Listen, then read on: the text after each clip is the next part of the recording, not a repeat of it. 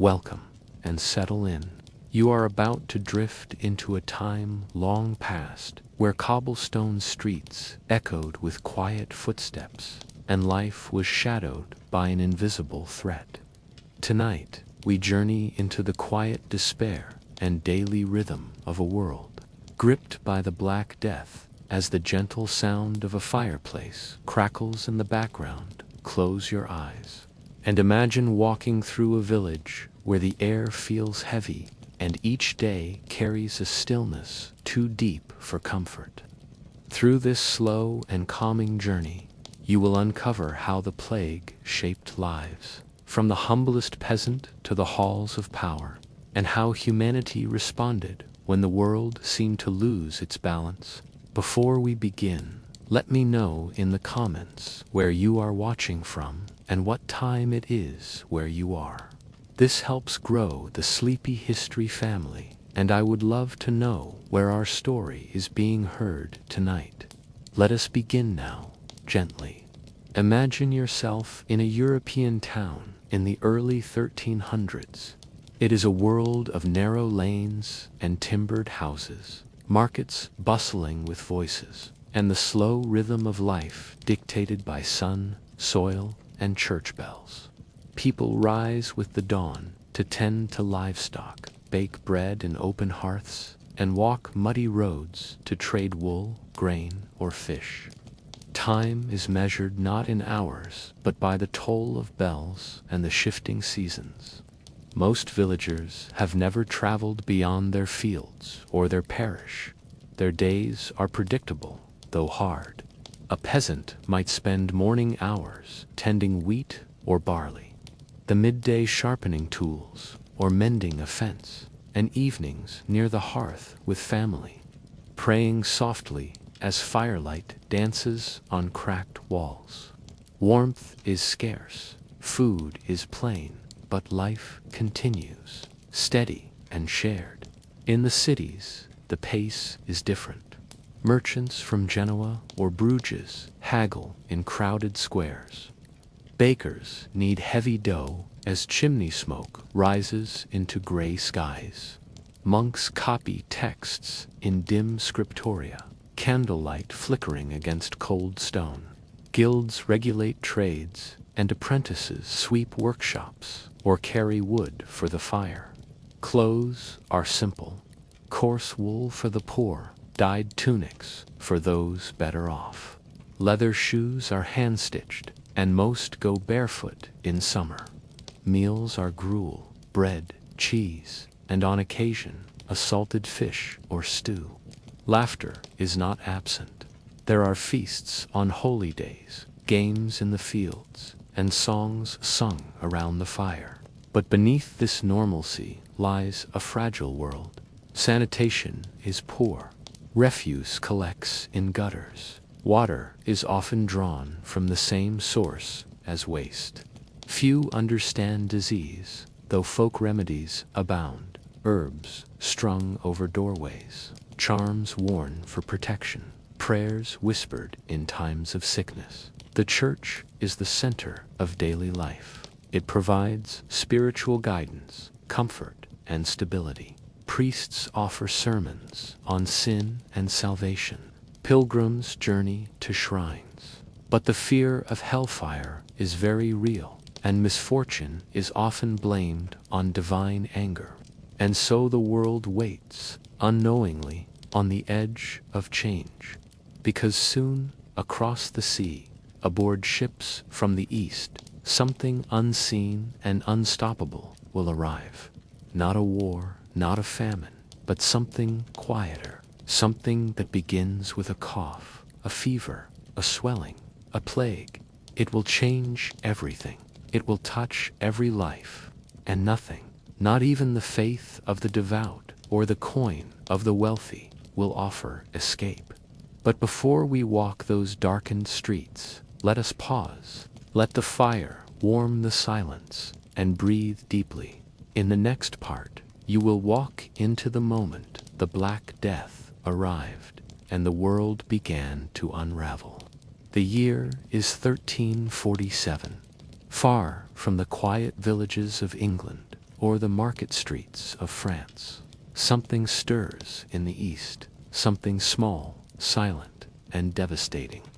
It begins in the trading ports of the Black Sea. In the Crimean city of Kaffa, ships sit at harbor, their hulls heavy with goods, silks, spices, and ceramics. But among the bales of cloth and sacks of grain, there are also fleas. Fleas clinging to the fur of rats, and within those fleas something too small to see, the bacterium Yersinia pestis. Soon Genoese trading vessels set sail westward, crossing the blue expanse of the Mediterranean. The sailors aboard begin to fall ill. Some die before reaching shore. Others live long enough to carry the sickness with them. In October of that year, the ships arrive at Messina, a bustling Sicilian port. The people gather to unload goods and greet the travelers, but instead they find horror. The crew is either dead or dying. The town recoils, but it is already too late. The sickness is ashore. From Messina, the disease spreads like a slow fire, from Italy into France, Spain, and England. It travels along trade routes, moving silently with merchants and pilgrims, soldiers and beggars. It touches cities and hamlets alike. No place is safe. The symptoms are unlike anything seen before. At first, a person might feel tired. Then come headaches, chills, and fevers. Swellings appear, large, tender lumps under the arms or near the groin. These buboes are black and painful. Some people vomit. Others bleed from the nose or turn dark at the fingers and toes. Death can come within days. People do not understand what is happening. They have no knowledge of bacteria, nor of how disease spreads. Many believe the end of the world is near. Others see it as divine punishment, a reckoning for sin. In villages, fear spreads faster than the plague. Doors are barred. Neighbors stop speaking. Priests perform blessings from afar. Entire families vanish. Bells toll not for worship, but for the dead. In cities, the streets fill with cries. Carts move slowly, piled with bodies. Gravediggers work day and night, yet cannot keep up. The scent of death is constant. Funeral processions no longer happen. Instead, bodies are buried in mass graves, deep pits, dug quickly, filled with lime and earth. Doctors appear in strange garb, long robes, gloves, and masks shaped like birds' beaks, filled with herbs and vinegar. They walk among the sick, prescribing leeches or poultices, though few are healed. The sight of them becomes a symbol of fear. Yet, even in this despair, life continues. Some seek to flee, riding out to country estates or into forests, believing distance will protect them. Others stay behind, caring for the ill, praying for mercy. Monks chant in dim chapels. Mothers cradle fevered children. Some go mad, others become numb. In Paris, 1/3 of the city is lost. In London, entire parishes fall silent. In Florence, half the population vanishes in a single year. Across Europe, millions perish. The world seems to crumble. But not all is lost. There are stories of survival, of communities coming together, of strangers helping strangers. And slowly, as the seasons turn, the fever begins to fade. The deaths slow. The silence remains, but life begins carefully to return. Let the fire crackle now as you picture those first days. The fear, the confusion, the heavy air, thick with incense and candle smoke. Imagine the quiet afterward, a city emptied, a field still, a chapel echoing with whispered prayers. In the next part, we will explore how people tried to make sense of it all, and the strange, desperate ways they tried to keep the plague at bay. As the Black Death swept across Europe, it did not only leave bodies in its wake, it left questions, endless, echoing questions. What was this thing? Where did it come from? And more urgently, how could one survive it? In a world without modern medicine or germ theory, explanations were rooted in what people could see, feel, or imagine. For many, the plague was divine punishment, a punishment for greed, pride, lust, or the sins of a corrupt world. And so, naturally, the remedies that followed were equally shaped by belief, fear, and desperation. You can picture the scenes. A merchant in Venice, burning pungent herbs at his windows, convinced the air itself was poisoned. A woman in a London alleyway, clutching a pouch of dried flowers to her nose, hoping the sweet scent would shield her from the death that lingered just around the corner. A priest in a stone chapel, chanting day and night, believing that prayer could hold back the tide. Many believed in miasma, the idea that bad smells carried disease, and so people filled their homes with vinegar, burned rosemary and juniper in the streets, and lit fires that gave off thick smoke.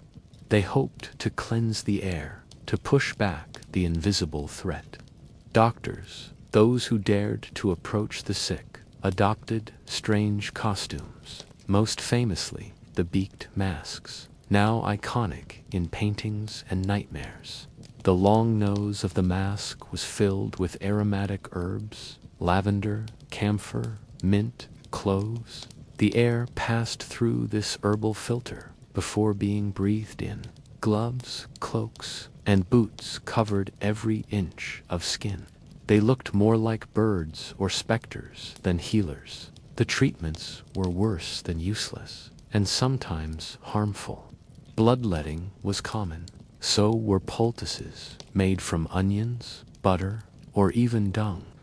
Some placed live chickens on the buboes. Others drank potions made from crushed emeralds, mercury, or arsenic. Nothing worked, but desperation breeds invention and ritual. There were processions through cities where barefoot penitents marched in silence or whipped themselves in rhythm, believing pain might cleanse the soul. These groups, known as flagellants, would chant and bleed as they wandered from town to town. Sometimes they were welcomed, other times they brought fear of more sickness. In the countryside, folk remedies abounded. Cures passed by word of mouth, from grandmother to daughter, from healer to farmhand. Drink nettle tea at dawn. Sleep with garlic under your pillow. Hang a dead toad in the doorway. Bathe in cold river water before sunrise. Avoid looking into the eyes of the sick. Even the stars were blamed. Astrologers traced patterns in the heavens, declaring that the plague had come from a rare planetary alignment. Others blamed witches, foreigners, beggars, always someone else, always some hidden hand behind the suffering. These superstitions often led to scapegoating. Jewish communities were accused of poisoning wells and spreading death, leading to horrific violence and exile.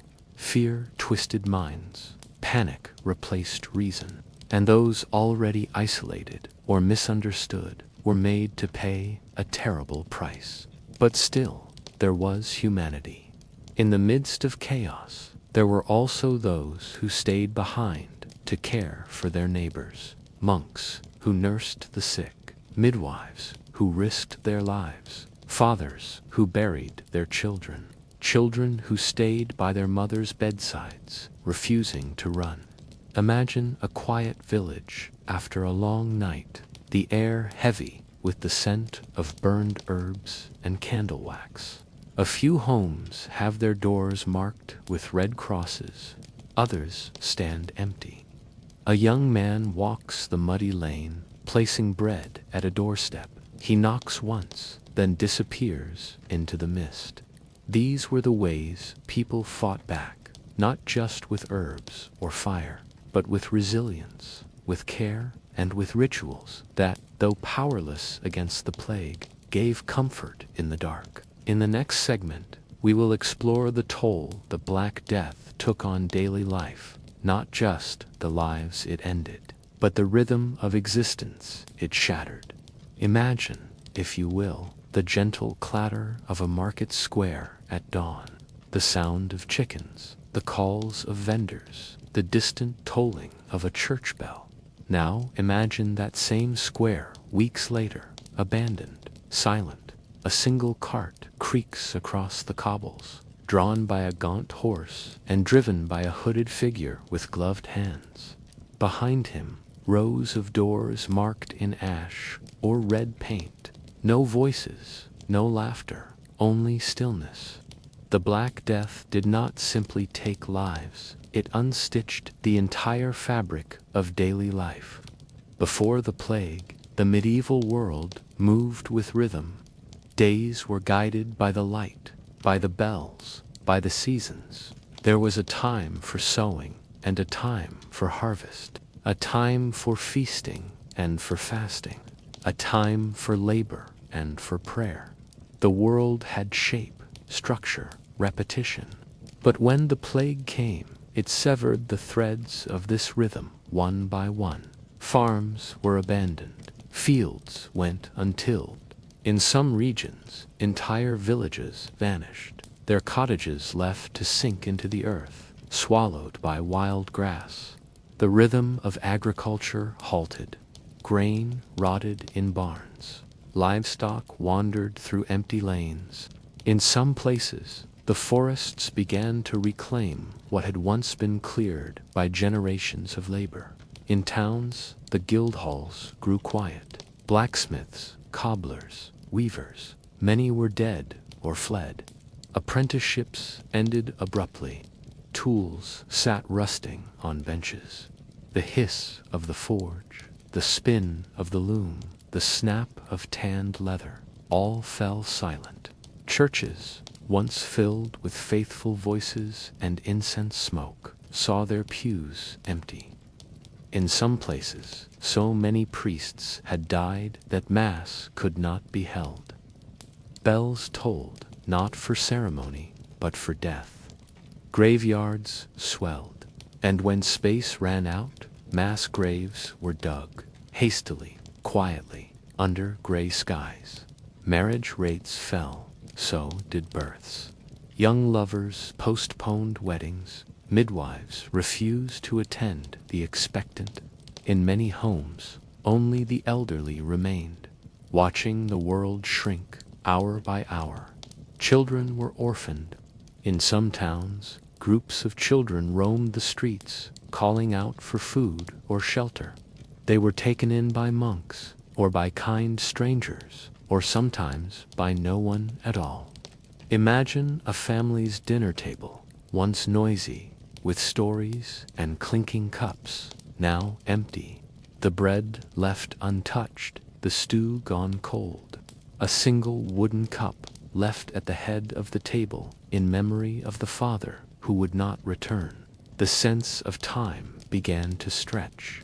Without the usual bustle of markets, the duties of the fields, the processions and festivals, each day began to blur into the next. The sun rose over silence. The moon cast its pale light over villages where dogs barked to no one. People kept to their homes. Doors were barred, windows shuttered.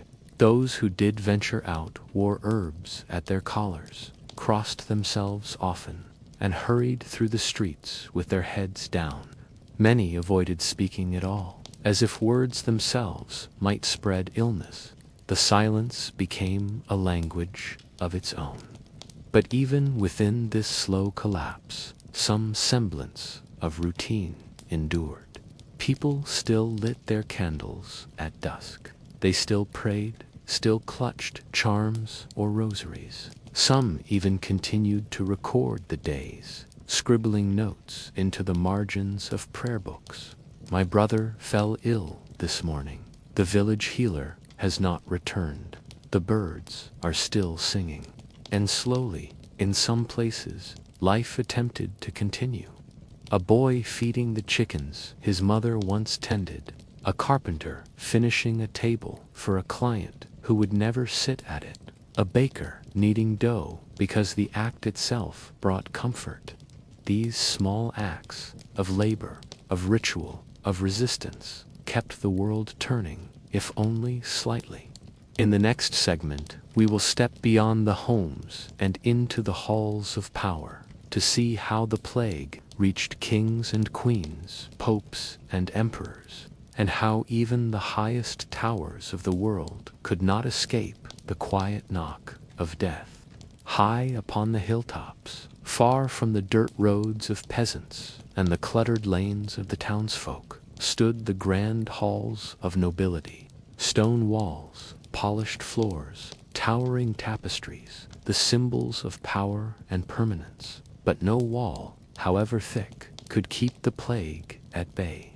The Black Death was not a respecter of rank. It did not kneel before kings, nor was it swayed by gold. And so, in the mid-14th century, even those at the pinnacle of power found themselves exposed, vulnerable, and often afraid. Royal courts that once buzzed with feasts, advisors, musicians, and lords fell into an eerie hush. Some monarchs fled their cities, retreating to remote castles or countryside estates with only their most essential attendants. Others sought the counsel of physicians, astrologers, and mystics, anyone who could explain or prevent the mysterious pestilence that even their power could not stop. In England, King Edward III observed the devastation from his palace with growing dread. He saw his kingdom unravel, entire regions left without officials to enforce law, tax records abandoned, and noble families reduced to ashes.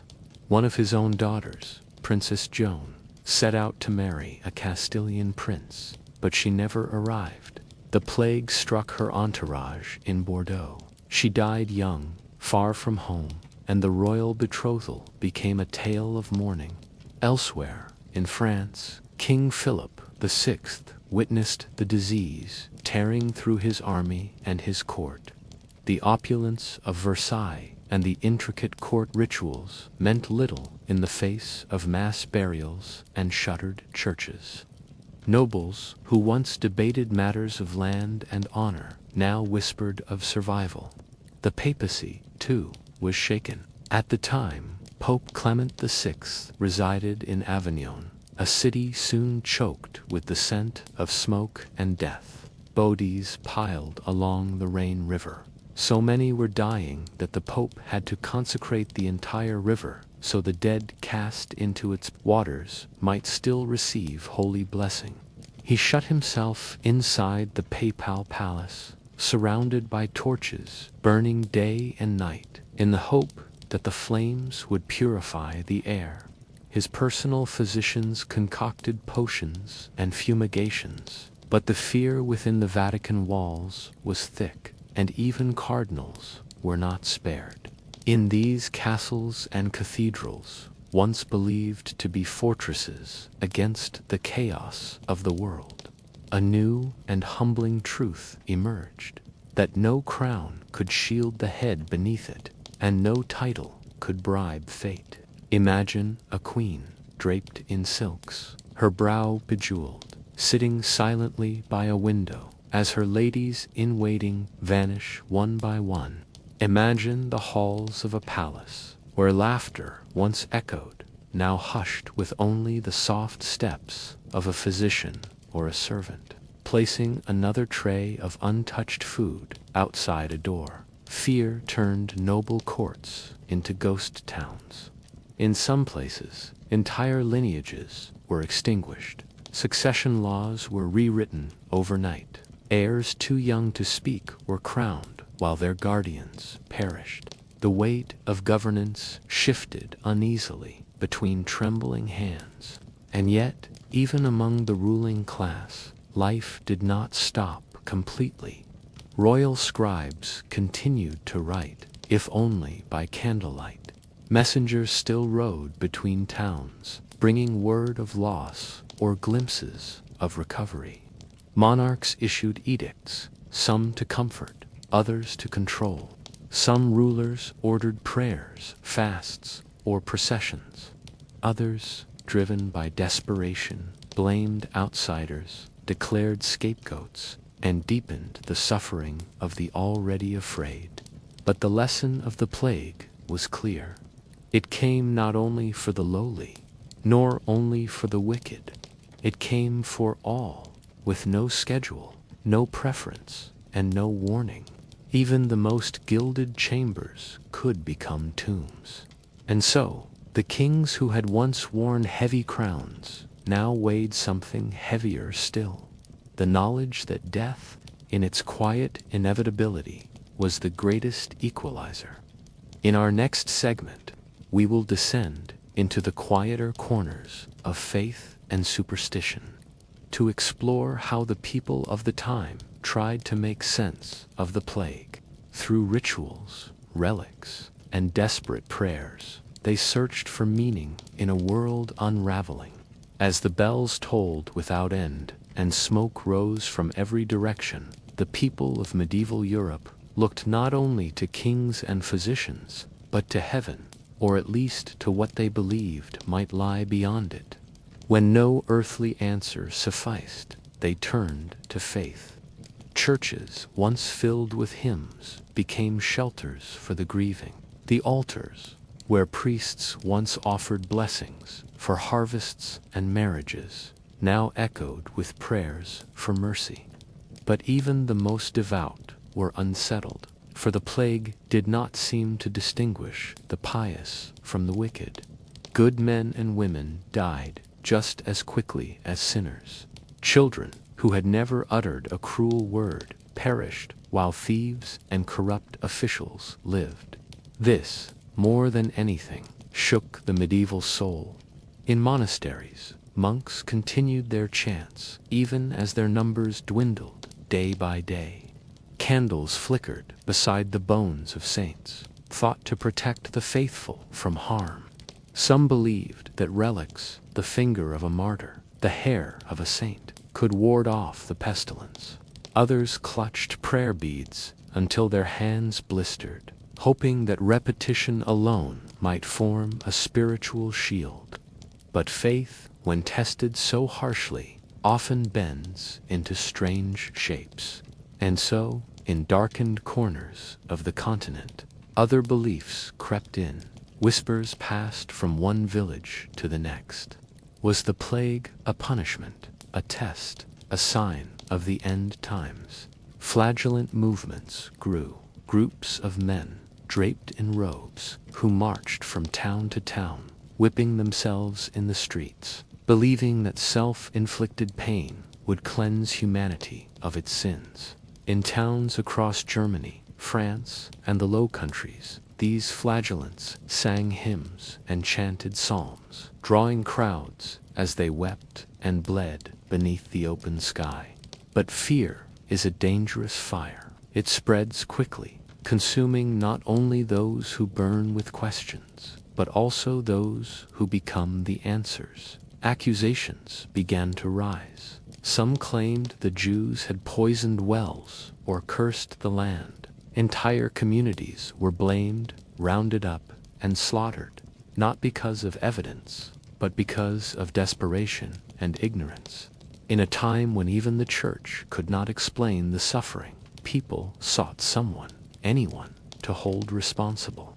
Still, there were those who sought peace amidst the storm.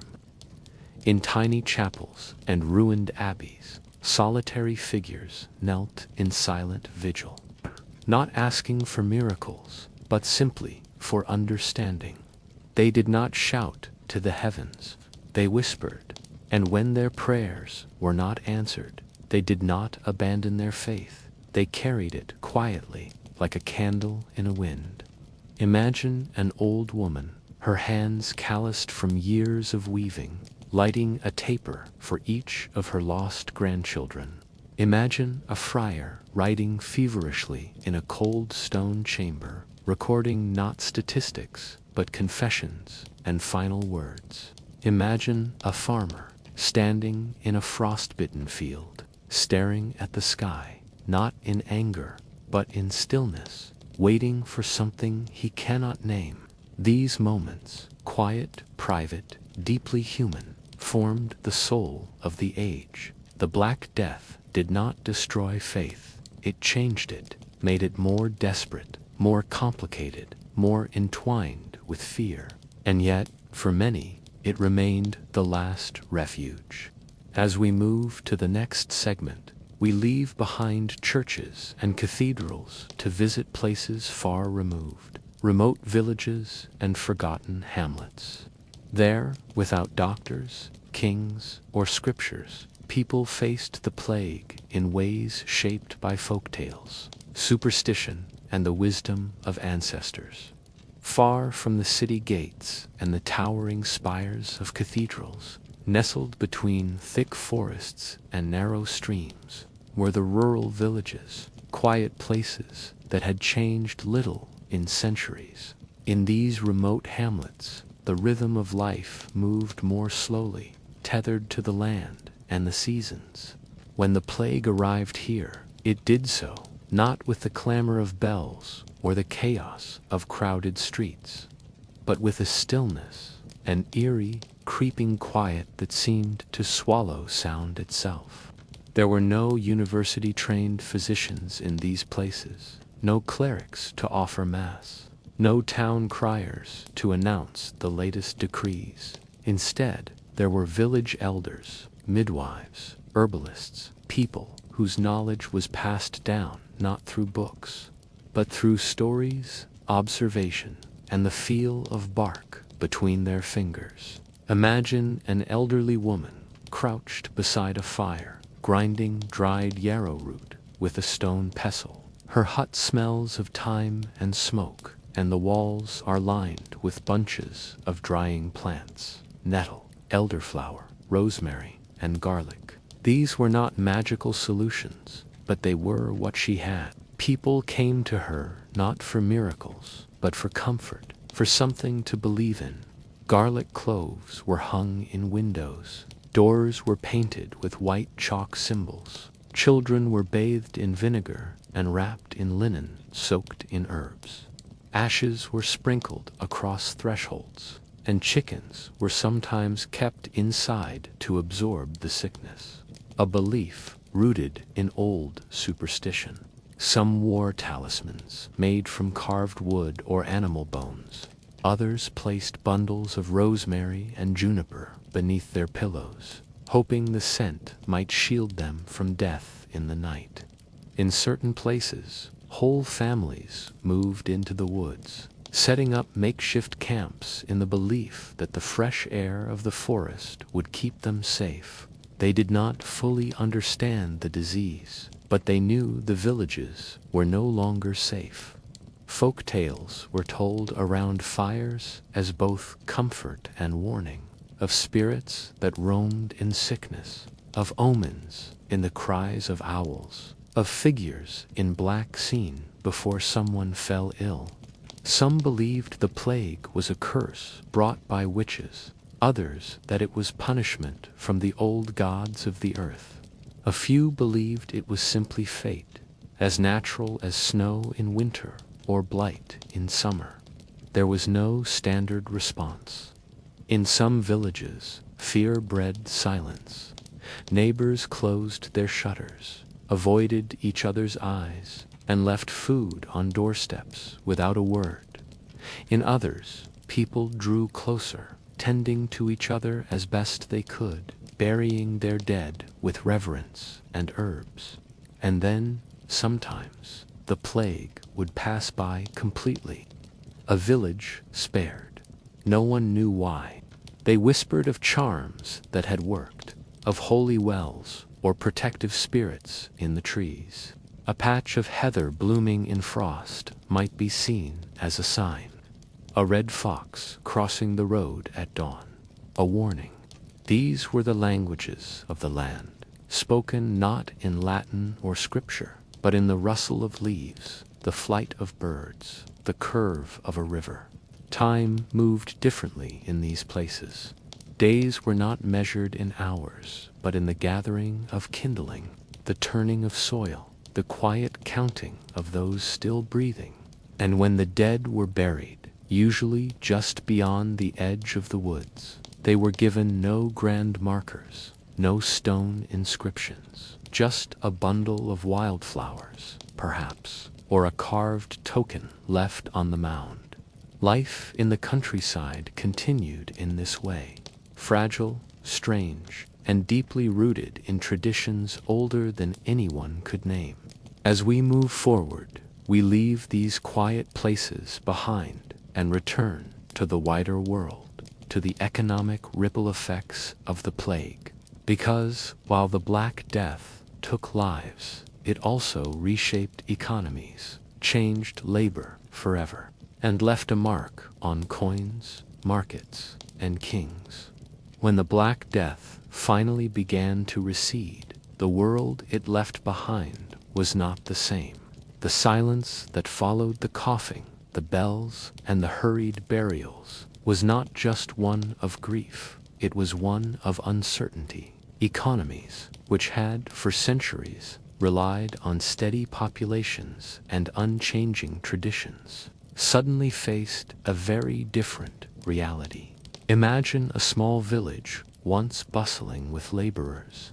Before the plague, fields were tilled by dozens of peasants, overseen by a steward loyal to a distant lord. But now the plows stand still. The oxen graze untethered. Half the cottages are abandoned, roofs caved in, windows blank. The harvest rots in the fields because there are not enough hands to gather it. This scene was not unique. It echoed across the continent. The sudden and catastrophic reduction in population created a ripple effect. With fewer workers, labor became valuable.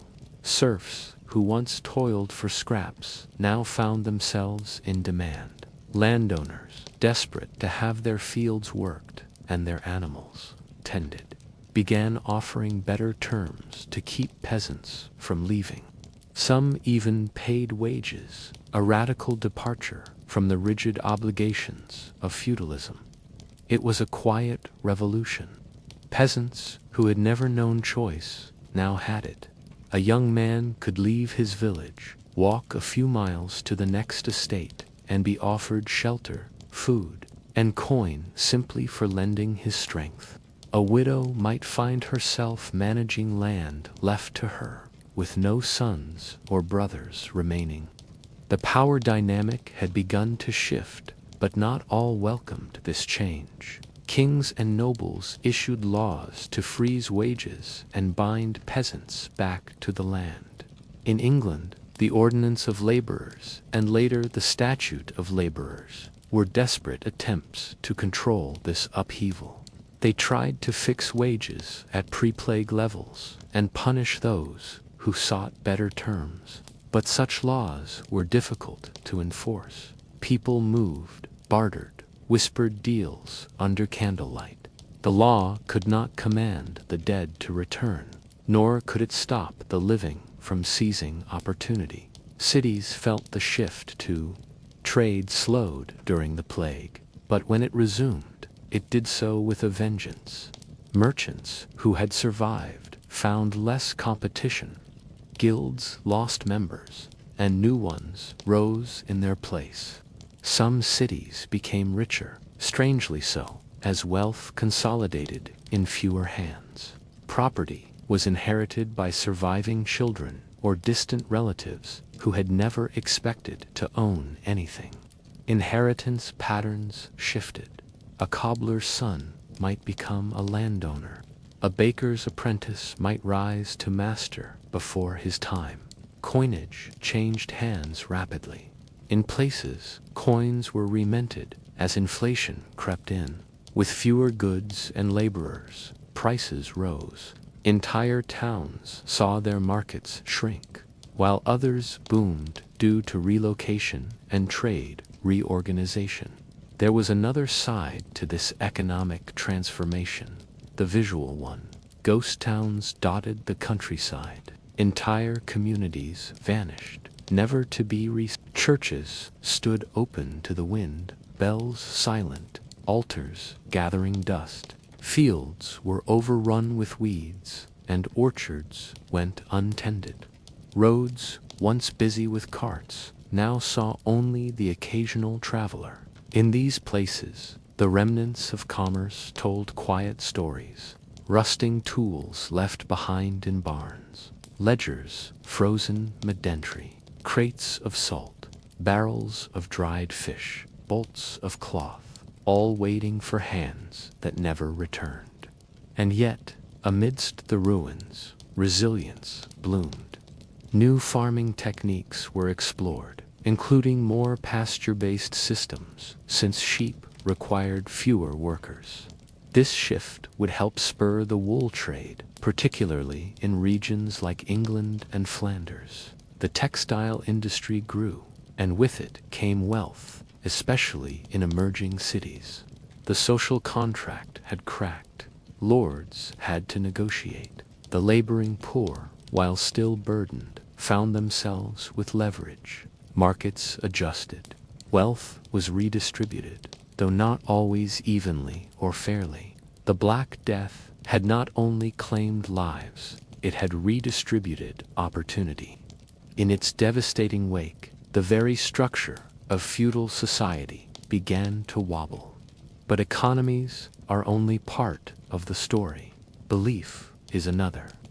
Let us now drift into the next segment, where we will explore how faith was tested, altered, and sometimes abandoned altogether. Loomed in the minds of many was not only why this was happening, but where was God? In the deeply religious world of medieval Europe, where faith was interwoven into daily rhythms like the sun and the seasons, the Black Death was not merely a tragedy, it was a cosmic crisis. People had always believed that plagues were sent from heaven, punishments for sin. But this plague was different. It struck monasteries just as it struck brothels. Priests died as swiftly as the drunkards. Imagine a cathedral city, the great stone church, towers above empty streets. The incense has stopped burning. The choir stalls are silent. Parishioners pray in their homes, frightened to gather. Confession lines, once long, are now abandoned, for the confessors themselves are gone. The clergy were among the most exposed. They administered last rites, visited the sick, buried the dead. Many paid with their lives. Entire convents and monasteries were emptied. Bishops fell, priors vanished. With them went years of learning, tradition, and order. In some places, the church had no one left to lead it. In desperation, untrained men were ordained rapidly to replace the fallen priests. Standards dropped. Rumors swirled of unholy men taking up holy office. Trust eroded. Among the people, fear twisted into strange shapes. Some grew more devout. They clutched rosaries tighter. They attended Mass in trembling silence when it was still possible. They fasted, wept, repented.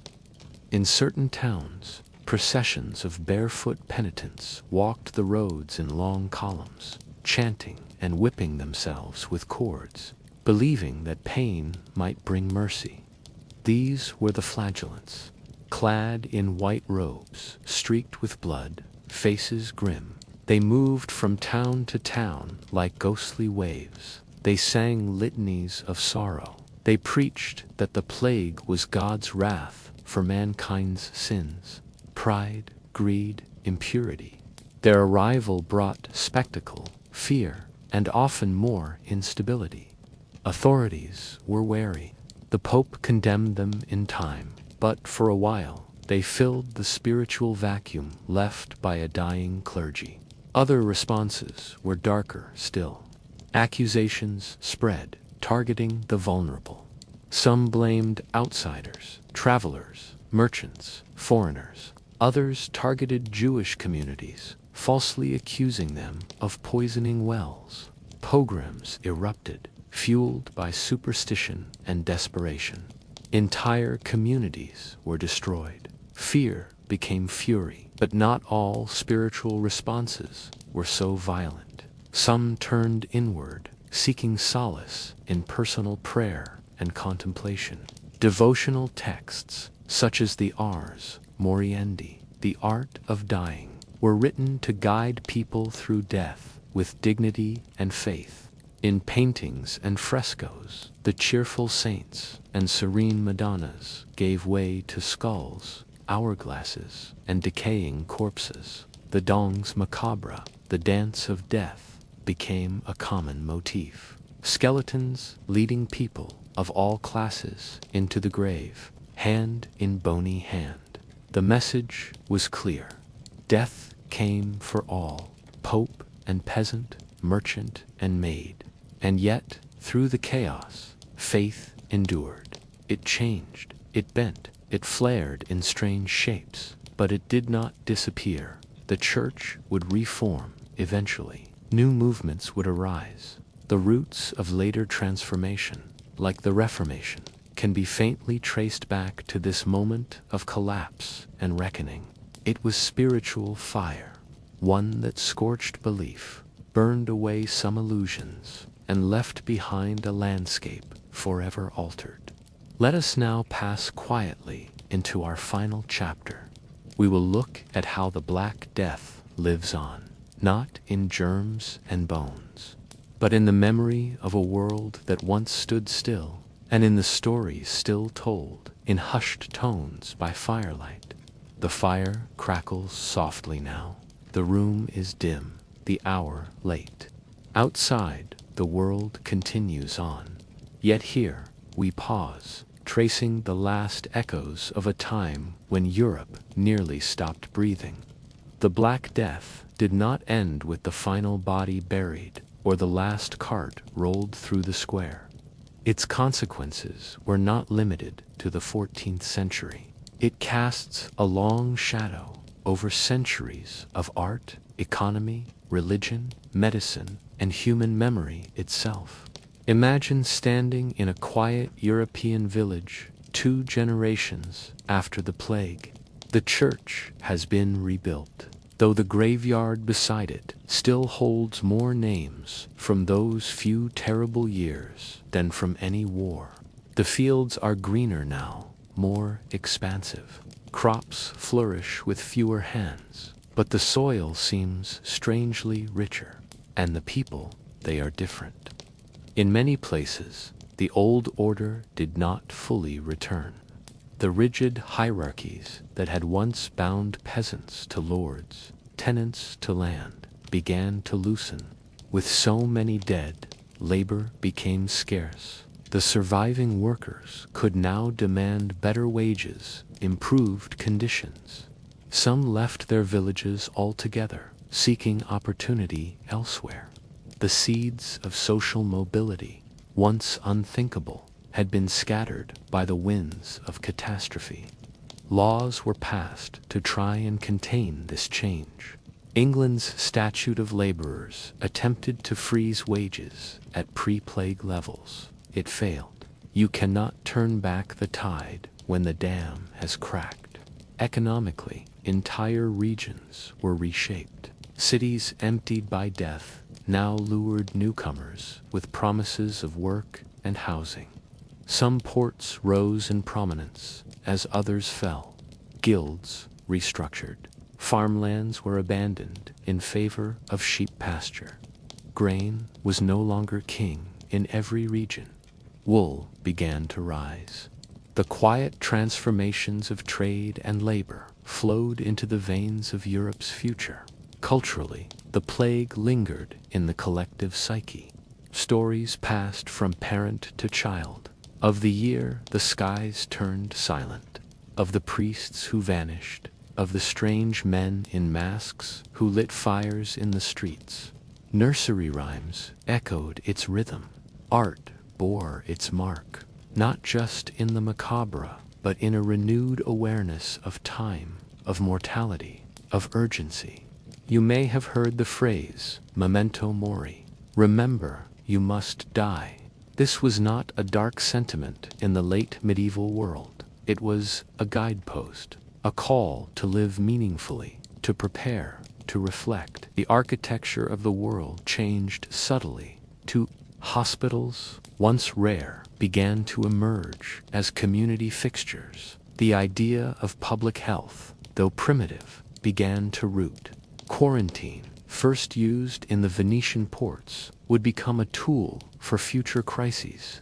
Slowly, painfully, the Black Death helped birth the earliest forms of medical awareness in Europe. In literature, echoes of the plague thread through pages of sorrow and satire. Giovanni Boccaccio's Decameron was born in plague-stricken Florence. 10 young people flee the city, telling stories in a countryside villa to pass the time and distract from death. Their tales became one of the great literary treasures of Europe, and they were born from plague, from fear, from escape. In England, Chaucer's Canterbury Tales followed soon after. It too reflects a changed world, one in which pilgrims of all classes could walk together, where voices once silenced now had a chance to be heard. Even today, the Black Death continues to live quietly in the frameworks of society, in laws, in urban planning, in family names traced back to those few who survived. In the silence we sometimes feel when we visit an old cathedral and sense how many once knelt there in grief and prayer. We walk through a world built partly by those who came after the plague. Their resilience, their sorrow, their rebuilding. It is layered beneath our own age, like stone beneath soil, invisible but still there. So now, dear listener, as the fire dims and the world quiets, you may carry this story with you, not as fear, but as understanding. A reminder that even in the darkest of centuries, people endured. They adapted, they mourned, and they rebuilt. And so will we. You have traveled far tonight, through village paths, across death carts and monastery walls, through whispers of ancient prayers and flickering lantern light. Thank you for sharing this long journey. Sleep well now. The past is at peace, and so are you.